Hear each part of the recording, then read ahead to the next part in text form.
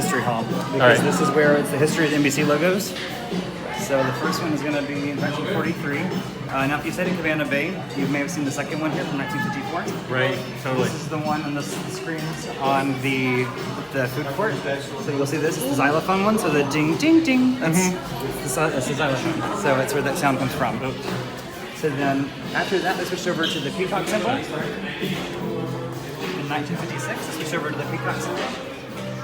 And the reason it's these 6 colors is each color symbolizes something within the NBC company. So like one is entertainment, one is news, one is sports, and so on. Each have a symbol. 59, change it up a little bit, got rid of the peacock, so it's change it. A little minimalist. Yeah, same thing. Then we go very abstract. It's just an N. We don't even bother with the B and the C anymore. And then they decided, hey, you know what, bring the peacock back and kind of keep that old logo. See, that's the one I grew up with. Gotcha. Well, the next one is the one I grew up with. 1986 is whenever they went to the 4 color or the 6 colors again, and then in 2011 they kind of back and polished it up a little bit. So this is the current one we have from 2011. It's shiny. It is. It's got a nice little hue on there. I like it. Cool. So, we'll head into our lobby. Been to 30 Rock in New York City? I have. In fact, I went there shortly after I went here the first time, and I was shocked at how exact all the textures are. Very similar, yes. Yeah. So then from the black marble on the walls to the patterns on the floors, it's all the same. Over here, we'll start with our host. The first host of this night show is Fallon in 1954. Steve was more of an artist and a musician. He wrote over 8,500 songs and over 50 books. So hence the piano right there. When he started tonight's show, it was an hour and a half long. It was 90 minutes. And that wouldn't change until Johnny Carson came around in 1962. Let's make it the hour that it is now. So Steve was there for about 3 years, and then Jack Parr took over. Jack was kind of a funny man who understands military. One of the things to mention about Jack is that he was censored by the NBC censors for saying the word water closet. And so he water closet that and walked off the air. Wow. And so he was gone for about a month, and whenever he came back, well, as he left, he said, there's got to be a better way to make it live than this. And whenever he came back, he's like, as I was saying, there's got to be a better way of making a live than this. And I looked at him. So he was back until 1962. And that's when Johnny Carson took over. And Johnny has one of the bigger cases because he was there for 30 years.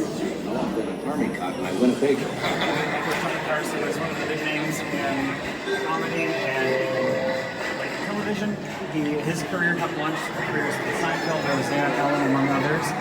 So he was very influential in their comedy too. I'm right under the speaker, so I can hear it. Yeah. The hat you see was the hat that he wore in the skits where he did that. My favorite thing to mention over here is the pencils, the erasers on both sides. Oh, right. The pencils, he would often toss them to his guests as souvenirs, and so that way they wouldn't get hurt. He has erasers on both sides. So he was the longest running talk show host for 30 years. After that, Joe took over for a while from 92 to 2009. I like that they have a motorcycle in one of his pictures here because he's still on the air. He has this TV show called Everyone's Garage.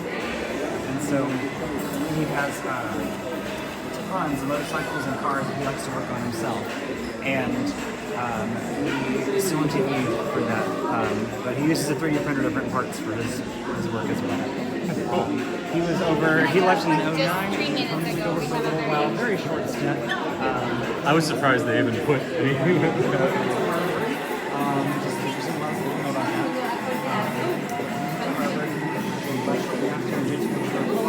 5 more years, and then he took over, and he's the current Tonight Show host. My favorite thing to mention over here is in this yearbook, this is Jimmy's yearbook for 87. The third name down is James Fallon's Class Prophecies. Third name down is James Fallon, and he was predicted to replace Letterman on the Late Night Show. So it's kind of funny. And you have the trophy from the ride here. So whenever as you know, you win the race, and so you have the trophy here for that. Yeah. Now, as we go upstairs, I mentioned how this building was designed after 30 Rock as much as they could, and that's true in case even down to the carpet.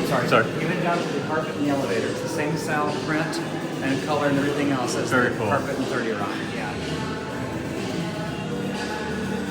you guys ever use the color-coded system down here anymore? I've been sent straight upstairs.